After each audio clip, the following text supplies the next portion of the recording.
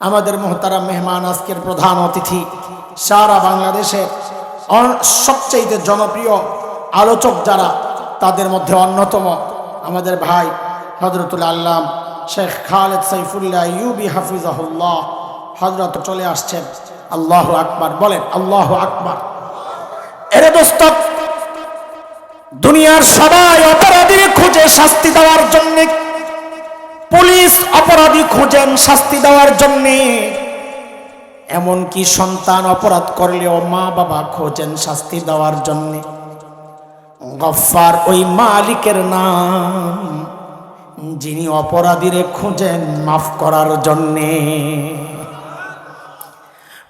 কোরআনে কারীমের সাথে নিজের সম্পর্ক করো, কারণ এটা কবরে যাবে তোমার সাথে।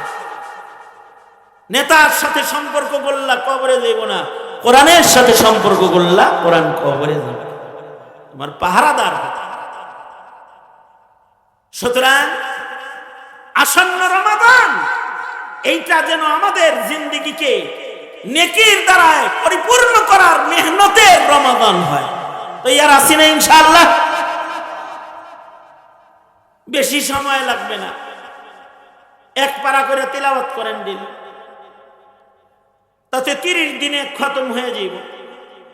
যারা ভালো করে পড়তে পারেন না, তারা খাতমে তারাবিটা ইহতিমামের সাথে পড়েন। ইমাম সাহেব পড়বে, আপনি শুনবেন। এক খতম কোরআন শোনার সুন্নাত আমল হযরত জিবরাইল পড়ছেন, নবীজি শুনছেন। নবীজি পড়ছেন রোজার মাসে, হযরত জিবরাইল শুনছেন। ইমাম পড়বে, আপনি মুক্তাদি হয়ে শুনবেন। সুন্নতের উপরে আমল করলেন। এক খতম কোরআন শোনার সব তারাবির মাধ্যমে হয়ে গেল। হুসাইন আহমদ মাদানী রাহমাতুল্লাহ আলাইহি রোজার মাস 10 দিন ইতিকাফ করতেন না, উনি 30 দিন ইতিকাফ করতেন। বাংলাদেশে সিলেটের মসজিদে 30 দিন ইতিকাফ করতেন। এই 30 দিন নিজে শুধু ইবাদত করতেন, আর এই 30 দিন সবাইকে ইবাদতের তারগীব দিতেন, উৎসাহ দিতেন। সুতরাং রমজান মাসটা ইবাদতের জন্য খালি করেন। রমজানের শেষ ভাগে বেজর রাতে আছে লাইলাতুল কদর। ইদানিং কালে ইতিকাফে মানুষ তালাশ করে পাওয়া যায় না, টাকা দিয়ে গরিব মানুষ ভাড়া করে এনে বসাইতে। আমি এরকম মসজিদ পাইছি। রিকশাওয়ালারে শেষ বেলায় কমিটির লোক যায় বলছে, ভাই রে, তুমি এক মাসে রিক্সা চালায় কামাও কত? কয় 15,000। তোমারে দিব 20,000, তুমি এতে কাম। চিন্তা করে, প্যাডেল না মাইরা যদি এতে 10 দিন এতে কাজ কইরা যদি আমার 15,000 কামাই করুন যায়, তাহলে অসুবিধা কি? এতে কাপে বয়া বলি, এতে কাপে বসছে। এখন আপনারাই কন, এইরকম এতে কাপে বসাইলে তাতে গুনার থেকে বাঁচা যাইব তো, আর যে বসবো এরকম টাকার বিনিময়ে এতে কাপ, তার সব হইব তো। কি কথা কন না কে? হ্যাঁ, ভালো হয়ে যায়, ভালো হয়ে যায়, ভালো হইতে পয়সা লাগে। এই হাসি আর এই কান্নাটা কিন্তু আসল কান্না। অনেকে বলে 12 তারিখে দেখা যাবে কে হাসে কে কাঁদে। না, মরলে বোঝা যাবে কে হাসে কে কাঁদে। কবরে গেলে বোঝা যাবে কে হাসে কে কাঁদে। হাসরের ময়দানে ডান হাতে আর বাম হাতে আমলনামা বন্টনে বোঝা যাবে কে হাসে কে কাঁদে। সিদ্ধান্ত তোমার, তুমি কি হাসবা না কাঁদবা। আর একজনের ইলেকশন নিয়ে ব্যস্ত, তোমার ইলেকশন করবো না। হ্যাঁ, সুতরাং রমাদান ইবাদতের জন্য প্রস্তুত হব ইনশাআল্লাহ। বলেন, জোরে করে বলেন ইনশাআল্লাহ। তো এর আছে তো ইনশাআল্লাহ। আল্লাহ আমাদের সবাইকে প্রস্তুত হওয়ার তৌফিক দান করেন, আমরা যেন দুনিয়া আখিরাতের পুঁজি উপার্জন করতে পারি, আর রমাদানের ইবাদতের জন্য তৈয়ারি গ্রহণ করতে পারি। আল্লাহ পাক কবুল মঞ্জুর করেন, এই মাহফিলকে কবুল করেন, যারা আসছে তাদেরকে কবুল করেন, যে সকল আলোচকরা আসছে তাদেরকে কবুল করেন। আল্লাহ পাক আমাদেরকে জিন্দেগিকে ইবাদত দিয়ে সাজাইবার মেহনত করার তৌফিক দান করেন। যাদেরকে পাগড়ি প্রদান করা হয়েছে তাদেরকে জমানার যোগ্য আলেমে দ্বীন হিসেবে আল্লাহ পাক গ্রহণ কবুল মঞ্জুর করে নেন। এরে দোস্ত, দুনিয়ার সবাই অপরাধীর খুঁজে শাস্তি দেওয়ার জন্য, পুলিশ অপরাধী খুঁজেন শাস্তি দেওয়ার জন্য, এমনকি সন্তান অপরাধ করলেও মা বাবা খোঁজেন শাস্তি দেওয়ার জন্যে। গফফার ওই মালিকের নাম যিনি অপরাধীরে খুঁজেন মাফ করার জন্যে। প্রতি রাতে শেষ রাতে আয়েশা ডাকতে থাকেন, আলা মিন মুস্তাগফিরিন ফাগফির লাহ, এ আমার বান্দা কে কে গুনাহ করছস, আয় আয় আয়, আমি আসছি তোরে মাফ করার জন্য, তুই মাফ চাবি, মাফ করে দে। আমার মতো বহু গুনাহওয়ালা হতাশ বান্দা যদি জানতে চায়, ওগো আমার মালিক আমার গুনাহ তো অনেক, আপনি মাফ করবেন কত, তো মালিকের পক্ষ থেকে জবাব আসে, বান্দারে তুই গুনাহ করছস যত। বলে মাফ করবেন কত, বলে গুনাহ করছস যত, বলে তাও শুনি না কত।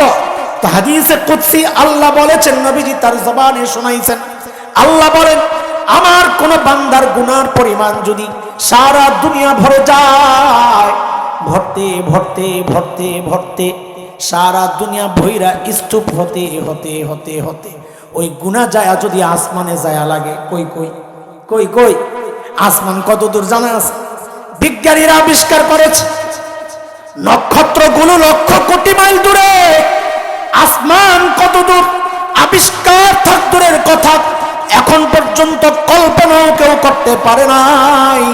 আমার মালিক বলেন আমার বান্দার গুনার পরিমাণ যদি সারা দুনিয়া ভৈরা ওই আসমানে যাওয়ার আগে, এই বিশাল গুনার ভান্ডার নিয়া অনুতপ্ত হইয়া লজ্জিত হইয়া অনুশোচনা সহ আমার বান্দা আমার দুয়ারে আইসা যদি বলে, ওগো আমার মালিক আমি ভুল করছি, আর করব না, আমারে মাফ করে দাও, তো আমার আল্লাহ বলেন লা উবালি, আমার কোনো পরোয়া নাই, আমার বান্দা মাফ চাওয়ার সাথে সাথে আমি তার জিন্দেগির সব গুনাহ খাতা মাফ করে দিব। এমন মালিক থাকতে গুনাহ নিয়ে ঘুমাইতে যাওয়ার মতো বোকামি কি আছে বলে? নিশ্চিন্তায় চলতেছি। আমি তো মাঝে মাঝে বলি, আরে আমাদের জুতার দামও আমাদের কলবের চেয়ে বেশি। কেন? জুতায় ময়লা লাগলে ধোয়ার জন্য অস্থির হয়ে যায়, অথচ কলবের ময়লা লেয়া যুগ যুগ ধরে চলতেছি, ধোয়ার কোনো নামগন্ধ নাই। আল্লাহ তাআলা আমাদের কলবগুলোরে পরিষ্কার করে জীবন যাপনের তৌফিক দান করেন। আমাদের মুহতারাম মেহমান, আজকের প্রধান অতিথি, সারা বাংলাদেশের সবচেয়ে জনপ্রিয় আলোচক যারা, তাদের মধ্যে অন্যতম আমাদের ভাই হযরতুল আল্লাম শেখ খালেদ সাইফুল্লাহ ইউবি হাফিজাহুল্লাহ হযরত হয়তো চলে আসছেন, খুব শিগগির আপনাদের সামনে হযরত আসবেন। আমরা হযরতের কথা শুনবো, তার আগে বলেন গুনাহ ছাড়বো তো ইনশাআল্লাহ? আখিরাতের পুঁজি বানাইতে ইচ্ছা আছে না নাই? কার কার আছে দেখি? ইনশাআল্লাহ, ইনশাআল্লাহ সবার আছে। যদি থাকে তো এই বাম হাত না, মানে এক হাত হইলে আমি এত শাস্তি দেবো না, এক হাত ডান হাতটাই উঠায় রাখেন, আবার নামান তো দেখি, আবার ওঠা, বলেন বিসমিল্লাহির রহমানির রহিম। এবার হাতটার মধ্যে একটা ফু লাগান, ফু দিয়া এবার যেই পকেটের টাকা আছে ওই পকেটে একটু হাত দেন, খালি পকেটে না, অনেকে খালি পকেটে হাত দেখে নাই কিছু, যেই পকেটের টাকা আছে ওই পকেটে হাতটা ঢুকান, তাড়াতাড়ি ঢুকান, ঢুকাইয়া বাইর করেন, পরে পাঠাইতেছি লোক, আগে বাইর করেন। ঢুকাইছেন তাড়াতাড়ি বাইর করেন। বাইর করছে কই? আমাদের বাচ্চারা কই? ঢুকো তোমরা, তাড়াতাড়ি ঢুকো, তাড়াতাড়ি ব্যাগ নিয়ে ঢুকো,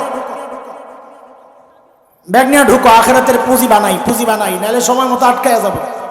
এই পুঁজিগুলো আমাকে পার করার ব্যবস্থা করবে ইনশাআল্লাহ তাআলা, এগুলো আমাদের নাজাতের ওসিলা হবে। আরে সব এক জায়গায় ঢুকছে, এগুলো কিরে এই পোলাপাইন সব একদিক দিয়ে ঢুকছে, এনে সব পোলাপাইন গুলা বইছে, আর এনে সবাই ঢুকছে, এনে সব বড়রা বসা, ওদিকে কেউ নাই। এই ছেলে, এই তোমরা ওই পাশে যাও, ওই পাশে যান, তাড়াতাড়ি। বাকিটা আমাদের পিসা হুজুরের হাতে দিবেন ইনশাআল্লাহ, বরকত বেশি হইব ইনশাআল্লাহ। আল্লাহ তাআলা যে কথাগুলো বললাম, এক নাম্বার, আমাকে আল্লাহ তাআলা আমলের তৌফিক দান করেন, গুনাহমুক্ত জীবন যাপনের তৌফিক আল্লাহ দান করেন, অতীতের গুনাহগুলো মুছে ধুয়ে আজকে এই মজলিসে আমাদের হযরতের সাথে দোয়া করে একদম পাক সাফ হয়ে আজকে এই ময়দান ছাড়বো ইনশাআল্লাহ তাআলা। এবং রমাজানের জন্য প্রস্তুতি এখন থেকে নেওয়া শুরু করবো ইনশাআল্লাহ তাআলা। ঠিক আছে ইনশাআল্লাহ। আল্লাহ এই মাদ্রাসাকে কবুল করেন। মাদ্রাসার জিম্মাদার যারা আছেন শুরু থেকে এই পর্যন্ত একটা বালির কণা দিয়াও যারা সহযোগিতা করেছেন আল্লাহ সবাইকে কবুল করেন। আল্লাহ এই মাদ্রাসার উসিলায় গোটা এলাকায় হেদায়েতের নূর ছড়াইয়া দেন, সুন্নতের পরিবেশ কায়েম করে দেন, শিরিক বিদআত মুক্ত এলাকা আল্লাহ বানায়া দেন, আমিন। মাদ্রাসাকে গোটা দুনিয়ার হেদায়েতের মার্কাজ, ইলমের মার্কাজ আল্লাহ বানায়া দেন, আমিন। ওয়া আখিরু দাওয়ানা আলহামদুলিল্লাহি রাব্বিল আলামিন। আসসালামু আলাইকুম ওয়া রাহমাতুল্লাহি ওয়া বারাকাতুহু।